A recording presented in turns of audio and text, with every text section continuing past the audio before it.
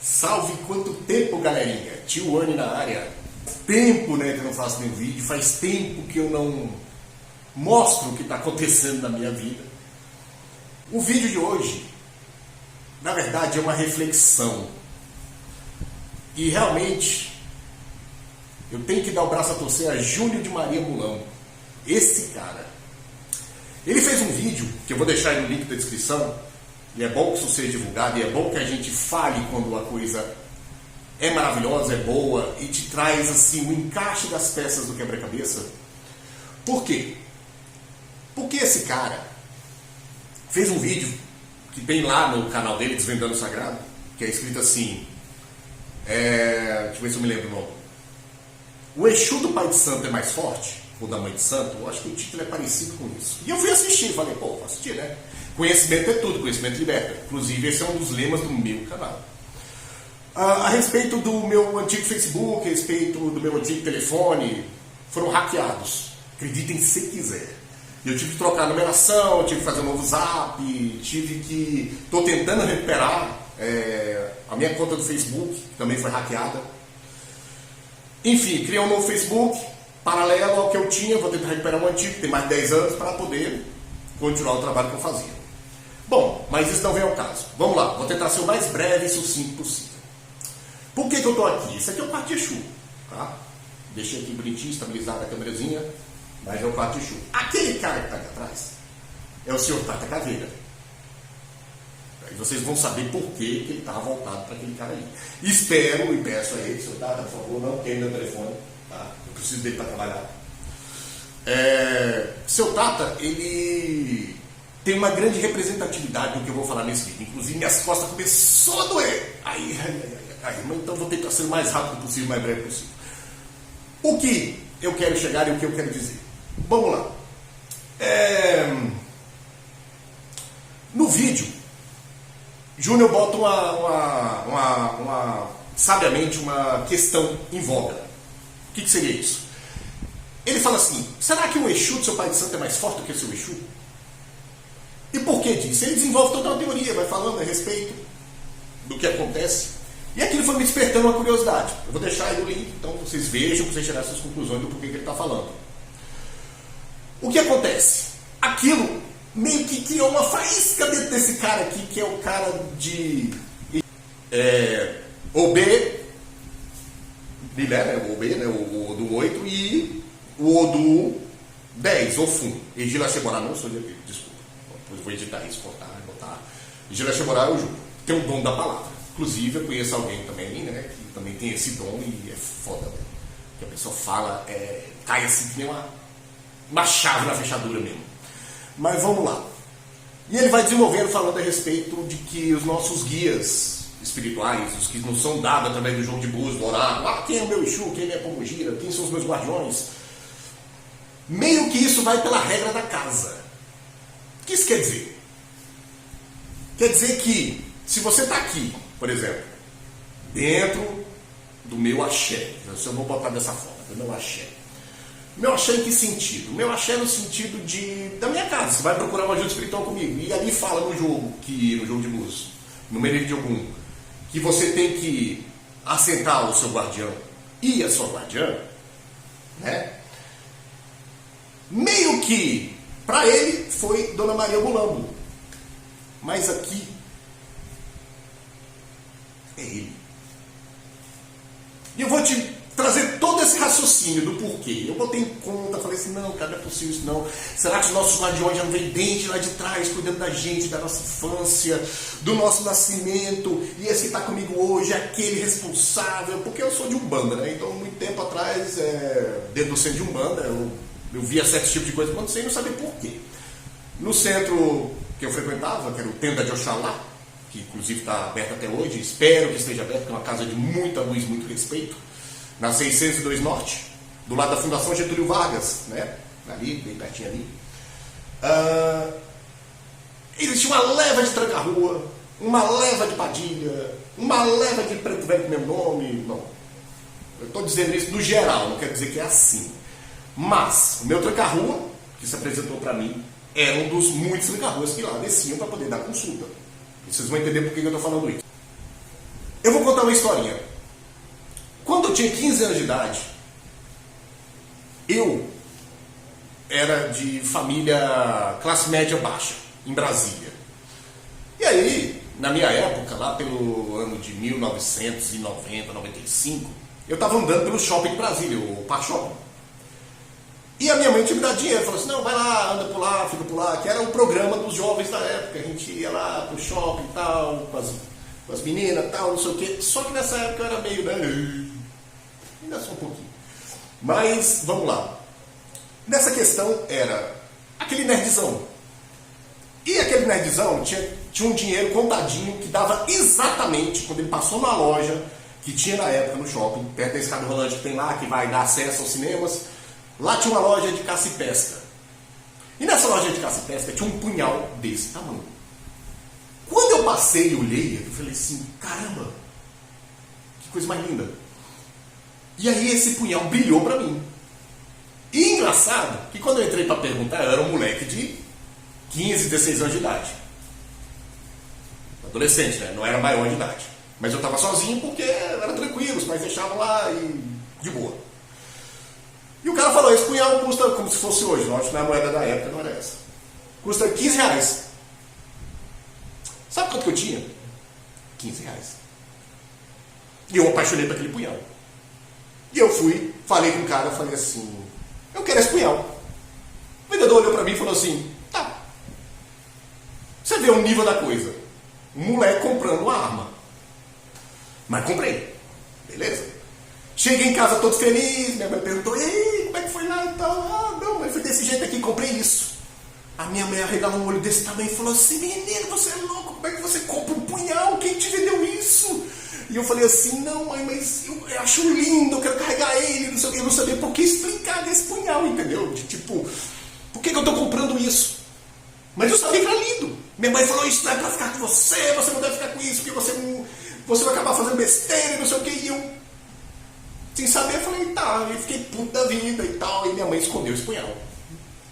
Beleza. E aí, andando pela W3 Sul, eu vi uma casa de umbanda, de artigos religiosos. Eu não era da tenda de Oxalá ainda. Então, não era ainda, não tinha entrado, não tinha encontrado no caminho, nem nada do tipo, não. Meu primeiro contato com a espiritualidade. Quando, de repente, eu passo na frente da casa de artigos religiosos, de umbanda, e vejo várias estatuetazinhas. Inclusive, ele sabe disso. E eu fiquei encantado com aquilo. Brilhou os meus olhos, eu falei assim, cara, que coisa mais linda, nossa senhora, nerdzão, ia jogar RPG na casa dos amigos, interpretação de papel, aquela coisa, o meu programa era esse, enquanto alguns amigos meus já estavam, né, e eu estava aqui, né, Paulo, vendo estátua de Exu, mas beleza, cada um no seu quadrado. Mas aí, né, pá, comprei, trouxe para casa, e coincidentemente, era meio que o limiar da época em que eu tinha entrado no centro de Umbanda. Tipo assim, eu comprei estátua, tal, levei e não sabia o que fazer com ela. Beleza, deixei lá dentro de casa. Minha mãe olhou aquilo e falou, menino, mas por que você comprou isso? Por que esse tipo de coisa? Eu falei, nossa mãe, eu achei lindo.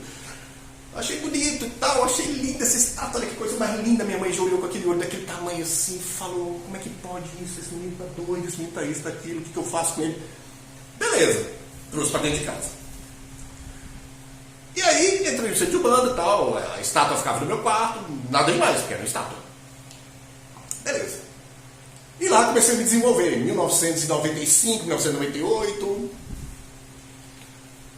E aí, a primeira entidade que me desce, bom, pelo menos do lado da esquerda, creio eu, seu Tata Caveira. Eu tinha uma afinidade por esse cara tão grande, tão grande, tão grande, que eu ia em um outro, como é que vou dizer aqui, um coroado. E esse coroado, que era tipo assim, como se fosse um dirigente da casa, incorporava um Tata Caveira.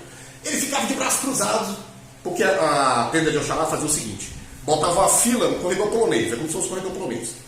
De um lado, pomba-gira, de outro lado, Exu incorporado. Isso nas giras de sexta-feira. Eu estou falando de sexta-feira porque tem muito a ver com o que eu vou falar para vocês. E aí, os Exus incorporavam, e lá na ponta, que não era o dirigente da casa, que era a Dona Irani, ficava incorporado no médio, que era grandão, um morenão alto, assim, o cara mais alto que eu. Eu tenho 1,87, o cara devia ter 1,95 m mais ou menos. O cara era alto. De braço cruzado, com os olhos cerrados assim, olhando quem estava passando na fila, que a fila era o seguinte, você passava de braços abertos, e aí, como é um bando, ela é muito miscigenada, aquela coisa tal, tocava essa música da família, que nenhuma família começa em qualquer de repente. E aí a pessoa ia passando pelos Exus gritando, lasqueira, isso aí, minha filha, você vai dar muito hoje, vai acontecer não sei o quê, pá. E eles iam em direção ao Congá. O que é o Congá? Mesa branca, né? Onde você fazia a sua reverência, né? Como se fosse a, sei lá, a mesa onde o padre fica, né? Na igreja católica, onde tem Jesus Cristo pendurado atrás, né? Grudado, né? Então, lá. E aí esses Exus e essas pombogias iam limpando essa galera. Esse Tata Caveira ficava com o braço cruzado assim, olhando, charutão, e aqui assim, ó, com um copo de uísque geralmente vazio. Quando a mulher, muito feia, passava na corrente, e assim, vamos ser sinceros, né? Eu vi e enxergava tudo, mesmo estando incorporado. Talvez isso seja até o motivo pelo qual o jogo de confirmação hoje é tão bom pra mim. Mas, talvez também, por ser muito novo, não ter aquela entrega, não ser feito, né, que nem um candomblé, né, é diferente. Mas, a maioria lá, mediunidade consciente, que é a mediunidade umbanda, que você sabe que tem uma pessoa junto, conversando com você, na sua cabeça, eu não vou explicar isso é tema para outra live, outra tipo de coisa. Mas então, e aí, cara, essa porra aqui mesmo. E aí, o que acontece? Quando passava uma mulher feia, esse Exu tava de braço cruzado. Aí ele falava assim, Ney, meu uísque! Com essa voz, mais ou menos.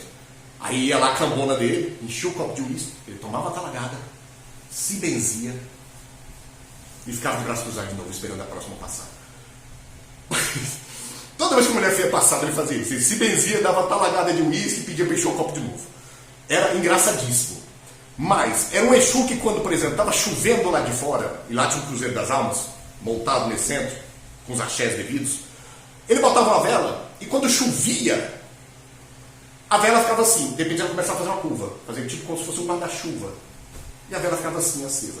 Só quem é da casa, e quem presenciava isso, podia afirmar, porque vocês estão olhando para mim e falando, isso é mentira, isso não acontece em sentido banda, mas eu via a bendita da vela virar um guarda-chuva de cabeça para baixo, as velas que ele colocava, e incrivelmente, na chuva forte, era uma das poucas velas que ficava acesa, de cabeça para baixo, queimando assim. E derretia, e aí entortava um pouquinho. Era uma coisa fenomenal. Beleza. E aí eu levei a estátua do Exu, depois de cambonar durante um tempo, né? E eu levei para ele. Ele olhou aquela estátua, começou a rir. Falou, meu filho, é o seguinte. Isso aí, moço. Eu vou cruzar para você. Eu cruzar? É um ato de você sacralizar a coisa, você tornar sagrado. Pegou uma pena, rabiscou ele todinho ali de baixo, não sei o que, e falou assim, agora você vai ter que arranjar uma casa de Exu dentro da sua casa.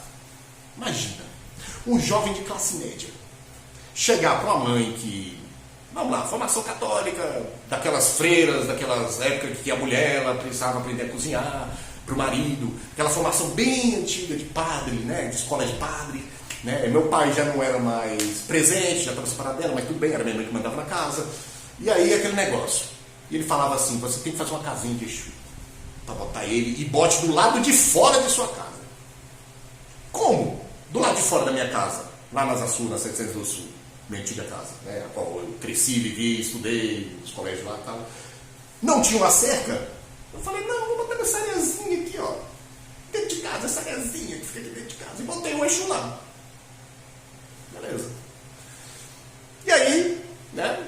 Beleza, quando eu saía de casa, aconteciam alguns fenômenos interessantes, como o prato voando, coisa quebrando, minha mãe se machucando, cortando o dedo. A estátua que estava num lugar, daqui a pouco ela estava em outro. E eu perguntava, mãe, quem foi que mexeu nisso aqui? Ele falou, ninguém mexeu não, ninguém vai tirar esse negócio daqui, está acontecendo isso, não sei o que. Beleza. Até que eu fui no centro de novo conversar e o seu Tato Caveira falou, ó, isso é porque você não fez o que eu te pedi. Que eu te mandei falar a verdade. É só na sua cabeça, não precisa nem falar nada. Ele falou assim, pela sua cabeça, falou assim, meu filho, despacha isso.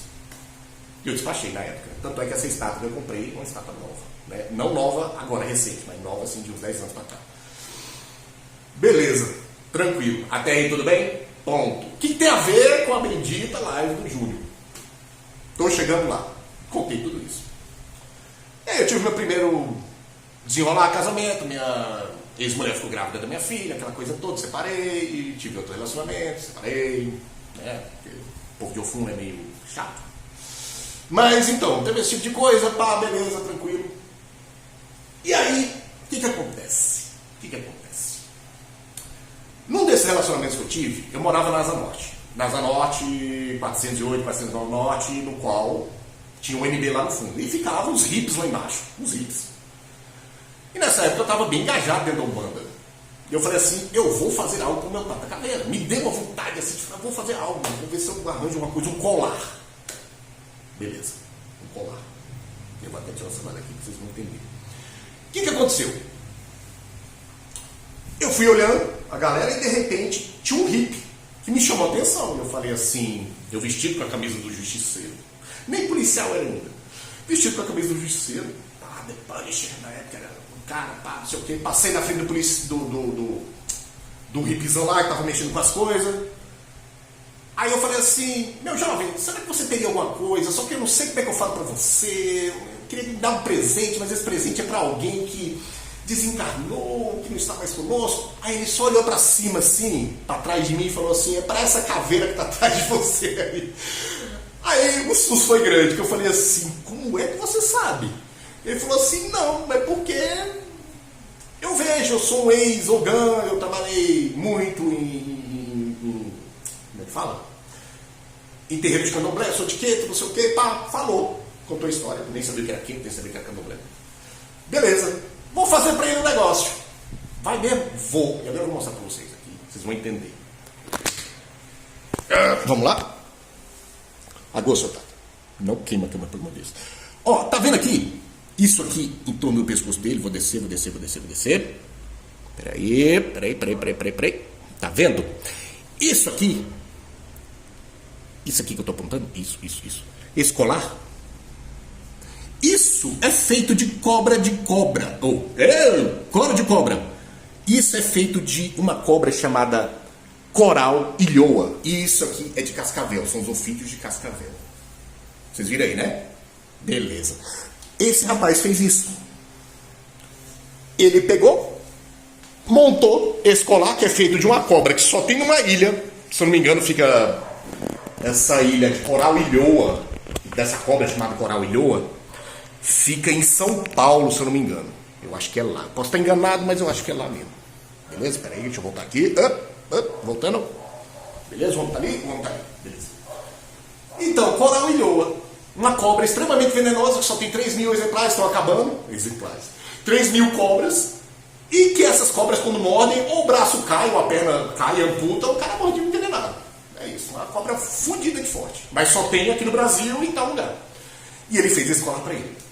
E na época, eu paguei, eu acho que R$250, mais ou menos isso, e tipo assim, pro real na época valia, né? Então foi bem caro, mas eu paguei com gosto, porque ficou lindo, como vocês podem ver aí. Beleza, eu tava recebendo esse negócio. Mais pra frente, vamos lá, mais pra frente, conversando com os meus amigos de centro, se eu estava incorporado, dando consulta, ele gostava muito de fazer o seguinte, ele botava a pessoa em pé, viu, seu Tata? Eu ouvi um perdão aí pra eu falar isso. Vou nem jogar, porque se jogar e falar que não pode, eu tenho que cortar da live, né? Então, todo carinho dá instrução para todos, tá? E aí, o que acontece? Botava a pessoa em pé e ia fazer um sacudimento dela. Como é que eu fazia esse sacudimento? Ele estourava pipocas aí. Eu trazia pipoca, né, já estourada, porque eu sabia que ia trabalhar com isso, quando tinha pessoa marcada lá. Botava a pessoa em pé, riscava os pés da pessoa onde ficava com pemba, né? Cruzava a pessoa todinha de pemba, não sei o que, botava ali, fazia os feitiços, as rezas dele, ficava em volta, daquele jeito, e sentava de novo no banquinho dele, né? Como se fosse o trono dele, e ficava falando com a pessoa. Daqui a pouco a pessoa saía dali, e aí, né, antes de sair dali, jogava a pipoca caía, depois tirava a pessoa dali. Tirava a pessoa dali, juntava essa pipoca ali, aonde estavam os pés dela, e jogava fogo, bum, pegava fogo daquilo lá. Beleza. Era muito bom. Tranquilo. Até aí tudo bem, né? Beleza, tudo bem até aí. E aí, Carlos Henrique uma vez, Carlos Henrique, meu axé você, ele incorpora Exu Mangueira e seu Caveira. Então ele tinha uma relação comigo assim, tipo de... Sabe, quando duas pessoas se encontram e você sabe que ali é brother de você? É tipo isso. O Caveira chegou e falou assim, cara, seu Tato é fera, hein, bicho? Gostei pra caralho. Eu vou fazer o seguinte, Túlio, eu quero dar um presente pra ele. Aí eu falei, como assim, cara? Eu não sei, cara, porque assim, eu não sei o que ele vai querer. Aí eu falei, tem um cara que esculpe, que tem um dom de esculpir orixá em madeira. Fazer quadros de orixá em madeira. O dom dele era esse. Eu falei, pô, que massa. Será que você poderia perguntar a ele se ele faria alguma coisa pro seu Tata Caveira nesse sentido? Aí ele falou assim, vou perguntar. Tá bom, beleza. Passou um dia depois que eu tinha conversado com ele isso, assim, na saída do centro, sabe? Aquela hora que tá todo mundo saindo, querendo comer um pastel, alguma coisa, tá todo mundo morrendo de fome. Então tá. Ele ligou, Túlio, pelo amor de Deus. Eu falei, cara, o que foi, cara? Conversa com o seu Tata Caveira. Eu falei, mas por que, cara, que eu tenho que conversar com ele? O que tá acontecendo? Conversa com o homem porque ele não tá saindo do pé do cara. Eu falei, como assim? Ele sentou no pé do cara, o pé do cara que faz as esculturas, e ele falou assim, você vai esculpir um cajado pra mim. E aí, esculpir um cajado pra você enquanto você não terminar de esculpir esse cajado, eu não saio do seu pé. Diz que o cara ficou acordado, acho que 2 noites, enquanto esse cara pegava uma madeira e trabalhava ela para fazer um cajado. Detalhe, a pedra que está em cima do cajado dele é uma pedra semi-preciosa, ou preciosa, não me lembro bem, mas eu acho que é uma pedra de valor que o Carlos Henrique deu para ele. E ele falou assim, ele pediu uma coisa que fosse específica, que fosse colocado no cajado dele. Eu falei, se tiver errado, peço perdão e agô a seu Tata Caveira. Quando eu fui ver que coisa era essa, eu vou mostrar pra vocês. Mas, vamos lá. Agô, seu Tata. Dê uma olhada no cajadinho dele. O que é isso aqui? É uma cobra. E aqui tem outra cobra. E aqui tem outra cobra. O cajado dele é isso aqui, uma mão de caveira esculpida. Tá vendo a pedra? A pedra, as caveirinhas. Isso foi um presente dado a ele. E a exigência dele fosse que tivesse uma cobra. O colar dele é de quê? De cobra. Mas não termina aí. O porquê da coisa. O mais legal vai chegar agora. O mais legal vai chegar agora. O mais legal vai chegar agora.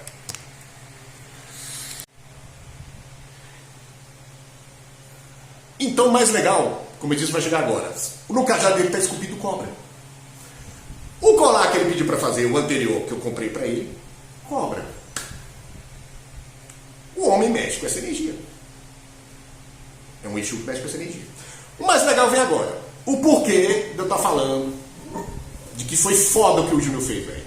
Do porquê. Dá aquela tapa no assim, seu idiota. Inclusive, aí, ó. Né? A gente aprende com a vida. E eu tenho que reconhecer que o cara tá foda. Mas vamos lá. Meu avô, por parte de pai, foi uma coisa muito louca. Meu avô, ele morava em Cristalina, numa chacrinha, numa fazendinha que tem lá. Cristalina, beleza. Meu avô, meu pai conta, a chacrinha dele era tudo organizado. Tinha uva, plantação de uva, café, era moído e torrado. Na hora, ele pegava, tinha um moedorzinho lá, torrava. O rádio dele era um rádio alemão, que captava a rádio. Bicho, era coisa de louco. Era uma casinha toda simples, humilde. Sabe aquela figura do preto velho, cara? Só que não era preto velho, era um branco velho, né? Aquele cara, assim, aquele senhor, assim, que ficava olhando o tempo do lado de fora. A plantação, tinha plantação de algodão, tinha plantação de frutas diversas, tudo organizadinho, limpinho, o terreno todo arado, tudo na maior perfeição do mundo. Meu avô, conta meu pai, meu avô é seu Jovino, conta meu pai, Rubens, que meu avô, ele aprendeu uma oração, olha só, aprendeu uma oração do pai dele. Eu não estou apontando assim para dizer, eu não sei, né? Do pai dele, que o pai dele, quando orava, quando rezava é melhor, eu não sei se tem isso nas orações, não. Mas quando ele rezava essa reza, Ele botava a mão no chão. Quando ele via que de repente as galinhas dele estavam morrendo, que tinha alguma coisa acontecendo, ele fazia isso. Ele botava a mão no chão, rezava. Quando ele rezava, meu pai conta que viu isso. Eu não cheguei a ver. Eu queria ter visto. Vinha a cobra que estava acabando com o galinheiro, se enrolava no braço dele que estava ali. E ele pegava essa cobra calmamente, que não picava ele. Ia lá, botava do lado de fora essa cobra embora. E aí eu falo pra vocês, puta que pariu. Perdão, mas puta que pariu, velho. Entenderam? Essa live que esse cara fez deu um start em mim. E eu comecei a perguntar. Cheguei aqui, posso conversar a respeito de tal coisa? E ó, essa live está sendo feita, permissão de Onan. Bara Onan. Tá, eu fui lá e perguntei para ele. Ele deu a permissão. Então, tá tudo dentro dos conformes. E é conforme eu creio. Conforme a minha verdade chegou a isso. Porque tá na cara, cara. Tá estampado. Só não vê quem não quer. Pelo menos para mim é isso. Perguntei, seu Tata, tu é um ancestral direto meu? Alaf. Seu Tata, tu é um cara do tipo assim, tataravô, dali pra trás? Alaf. Seu Tata, esses Exus que nem o malandro que tá ali embaixo, tá aqui, esse malandro aqui, ó, aqui é o malandro, assentado. O malandro, que nem seu tranca-rua que tá ali, deixa eu até botar ele ali, pá, aqui seu tranca. Que nem seu tranca-rua, foram escolhas suas, porque você foi o primeiro a se apresentar a mim, você foi o que mais fez coisas a respeito, e depois veio seu tranca-rua, que me mostrou uma sabedoria tremenda, imensa. Perguntei, seu tranca-rua é um ancestral direto meu, alguém que não quer que eu erre, cometa os mesmos erros? Alá.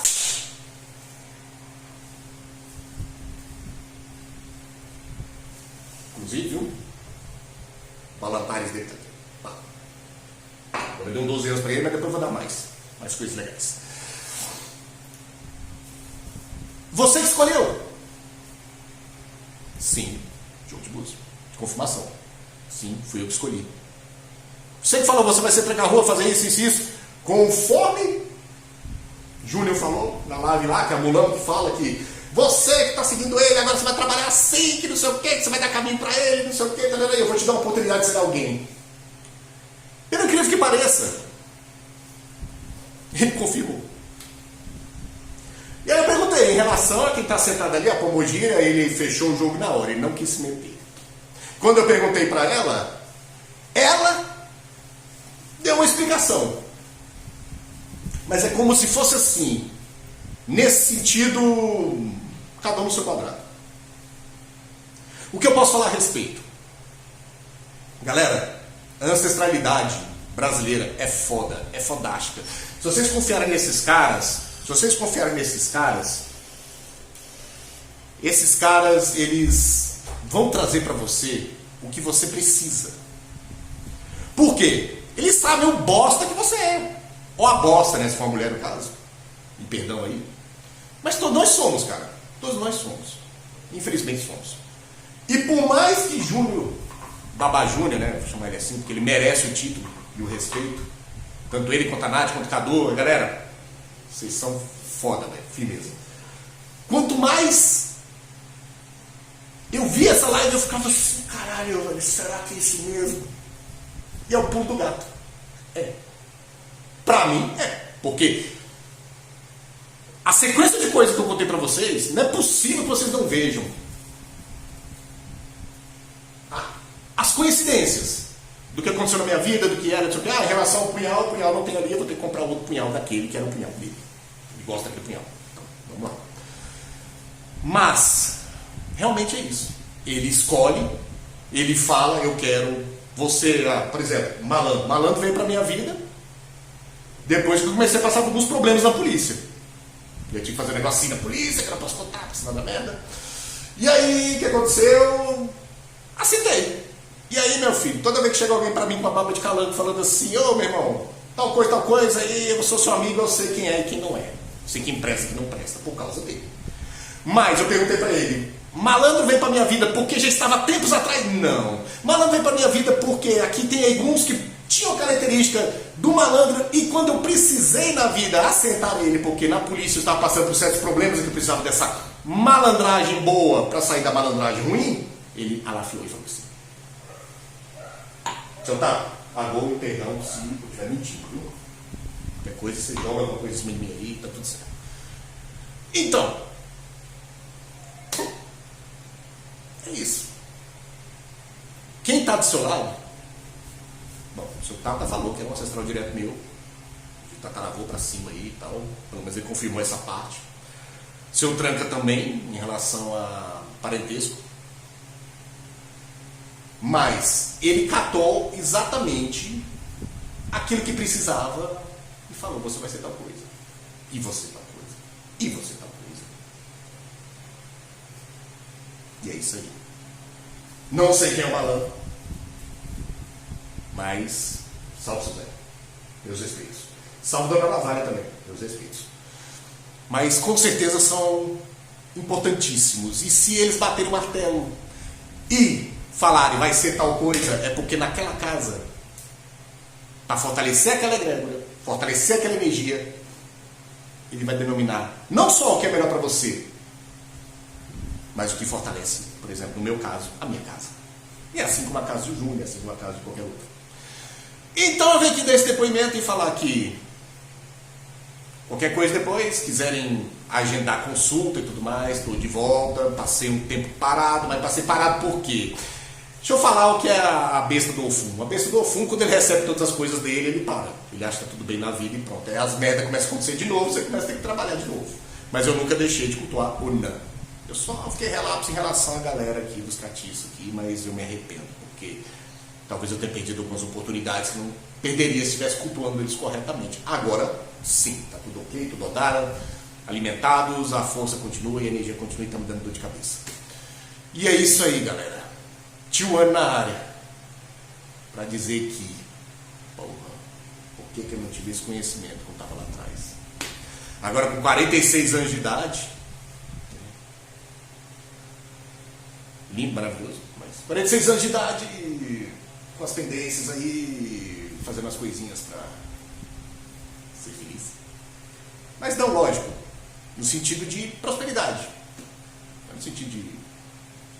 prosperidade, no sentido de estar completo de novo, novamente, e fazer as coisas acontecerem. Eu tenho que reconhecer, e vamos começar pelo que é certo, dando uma salva de palmas para quem Mulambo deu a semente da verdade. Isso é para tu, Babaju. Parabéns, velho, parabéns mesmo, eu reconheço. E axé. Axé para todos os caminhos. Onã vive forte na minha vida. Coisas que eram para acontecer não aconteceram. Coisas em que as pessoas falam assim: meu Deus, como você continua, né? E eu falo que sim, e a pessoa não acredita, mas só o fato de eu estar empregado, só o fato de eu ter essa galera aqui, só o fato de eu... Sou uma pessoa legal e benquista. Boa parte das pessoas lá do batalhão, que eu considero a minha família. Então, cara... é demais, cara. É demais, eu tenho que abaixar a cabeça. Que nem o Caveira do centro falava. Quando um burro fala, o outro abaixa a orelha. E esse aqui tá abaixando a orelha e falando: é, realmente. É verdade. É verdade. E por ter encaixado dessa forma, galera, mais forte eu me sinto. Tá? Por quê? Porque eu sei com quem eu tô lidando. Porque é mais fácil você se entender neles. Essa é a sensação que eu tenho. E eu vou subir esse vídeo desse jeito, vou editar porra nenhuma. Vou subir desse jeito, vou deixar assim, desse jeito, e foda-se quem não gostar. Foda-se quem achar que eu tô falando balela, mas o que eu vou te falar é o seguinte, meu irmão: bota a cabeça no seu lugar e olhe pra quem é aquelas suas 7 saias, a sua pombogira da lira, a sua mulamba, o seu não sei o quê, o seu tato caveira, o seu tranca-rua, o seu veludo, porque, cara, é certeza, eles são diretamente ligados a você. Ou eles são aqueles que melhor, daqueles eguns que ali circulam naquela casa, ou seja, daqueles mortos, vão te atender. E é isso aí, axé. E vou mandar pra cima, vou subir.